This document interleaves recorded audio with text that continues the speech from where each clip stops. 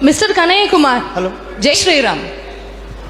And as a representative of youth of Mangalore, I have a small request because Independence Day is approaching. I want you to at least say once Jai Hind. If you please can say Jai Hind once. It will be a pride to Mangalore. देखिए, एक तो आपने जय श्री राम कहा है, लेकिन हमारे यहाँ लोग सीताराम बोलते हैं। हाँ।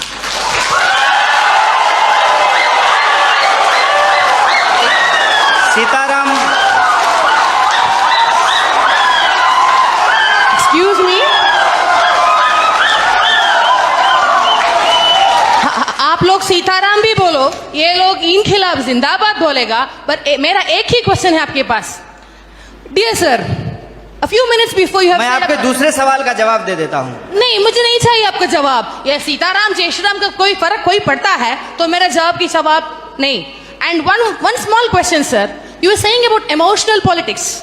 Regarding people thinking emotionally you are strong, so emotionally masses control. Yes, sir, we are emotional people and we think the reality and emotion for us, we have one mother, we have one father, and what we believe is one, and we need a single, as a representative of a student, being from student background, I say, no leftist, no rightist, no ABVP, or no all so-called parties or polities.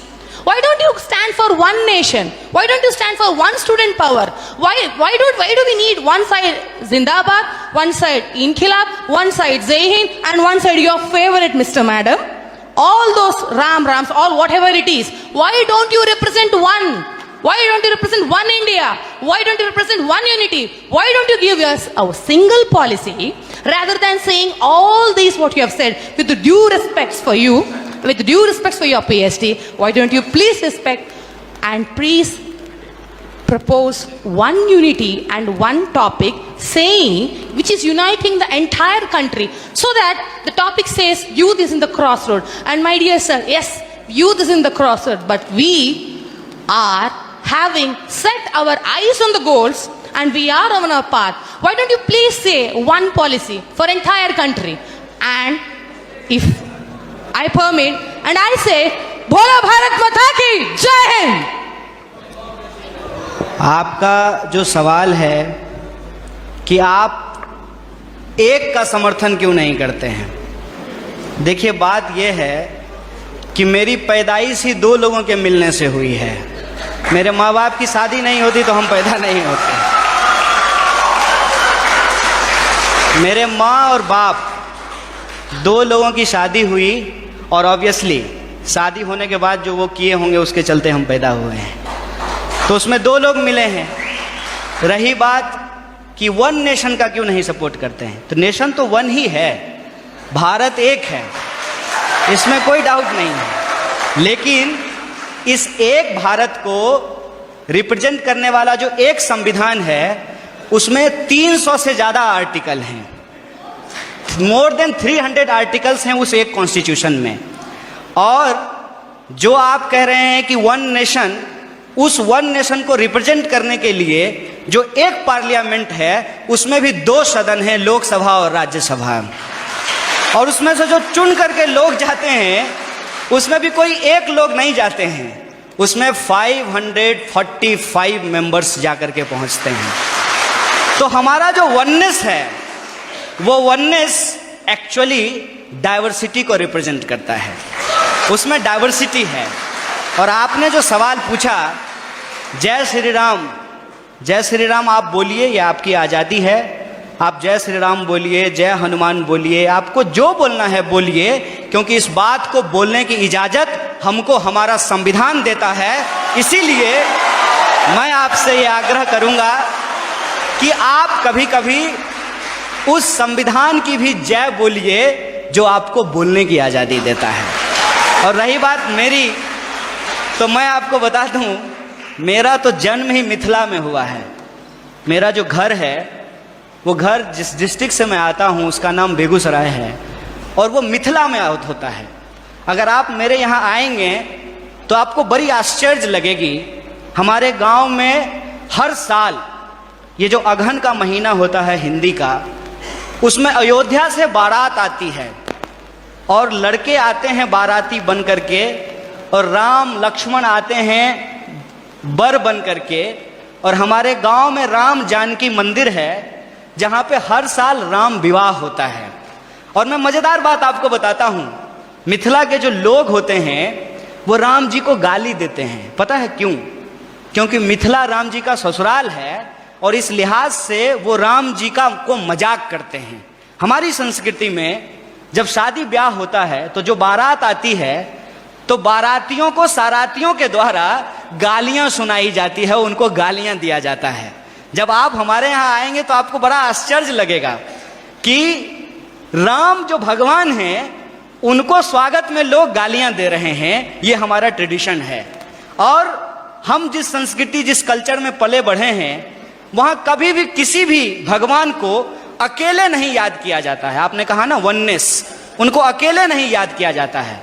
हमेशा राम को सीता के साथ और राधा को कृष्ण के साथ याद किया जाता है। ये हमारी परंपरा रही है। ये बड़ी आश्चर्य की बात है कि आप यूथ हैं और जो है मैं तो पीएचडी कर लिया और मैं उम्मीद करता हूं कि आप भी पीएचडी कर पाएं। अगर आप पीएचडी करें तो मेरा आपसे ये आग्रह होगा कि आप इस देश में जितने रामायण लिखे गए हैं कम से कम उन रामायणों पे ही आप पीएचडी कर लीजिए। और मैं आपको बताता हूं कि हिंदुस्तान में कम से कम 300 से ज्यादा रामायण लिखे गए हैं, मोर देन 300। और मैं एक बार हिमाचल गया था। हिमाचल में त्रिलोकनाथ की मंदिर है। मैं आपको कहता हूं इस देश को घूमिए। यह देश इतना शानदार है कि आप इसकी कल्पना नहीं कर सकते हैं। और आपको कई बार अपने आप को छोटा और तुच्छ महसूस होगा कि हम कितना तुच्छ हैं इस देश के सामने।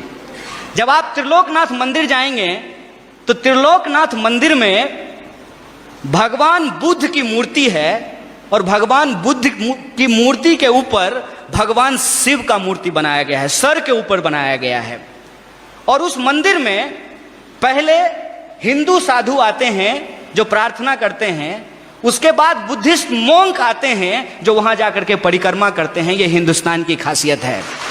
यह हिंदुस्तान की खासियत है कि वहां जो लाहौल, मैं उस जिले की बात कर रहा हूं और मैं फैक्चुअली अगर गलत होऊंगा तो आप मुझे करेक्ट कीजिएगा।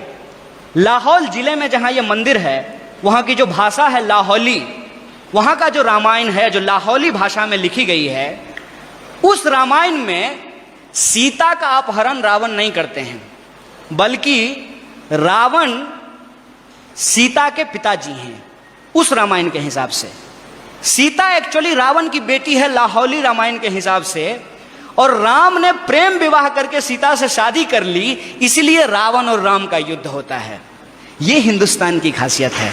देखिए, आई डोंट नो कि आपको किसने और क्यों दिमाग में इन चीजों को डाला है, लेकिन मैं आपको कहता हूं कि इस देश में जो लोग पैदा हुए हैं उनके लिए इससे ज्यादा गौरव की बात नहीं हो सकती है। अगर आप हिमाचल जाएंगे तो आपको महसूस होगा कि आप स्विट्जरलैंड में हैं। और अगर आप मैंगलोर और गोवा के बीच पे सोएंगे तो आपको लगेगा जैसे मियामी के बीच पे लेटे हुए हैं। अगर आप इस देश के मैदानों में घूमेंगे तो आपको लगेगा कि ये अमेरिका के उस ग्रीन मैदान से भी ज्यादा बड़ा मैदान है। अगर आप दक्षिण के पठारों में घूमेंगे तो इसकी अपनी एक खास बात है। अगर आप छोटा नागपुर के पठारों में घूमेंगे तो वह खनिज संसाधनों से भरा हुआ है। मैं आपसे यही कहना चाहता हूं, आपका देश आपका है, जैसे आपकी माँ आपकी है। और आप अपनी माँ से यदि प्यार करते हैं तो ये आपका निजी मामला है। लेकिन जब आप रोड पे चल रहे हो, कोई आए, कोई भी रंग का झंडा लेकर के और कोई भी नारा लगा करके, चाहे वो इनकलाब जिंदाबाद बोले या जय श्री राम बोले, वो नारा लगा करके, वो झंडा दिखा करके आपसे कहे कि तुम अपनी माँ से प्यार करते हो, जरा करके दिखाओ, तो आपका क्या जवाब होगा? यह देश हमारा है, इस देश से हम प्यार करते हैं। और हमारे लिए, इस बात को याद कीजिएगा,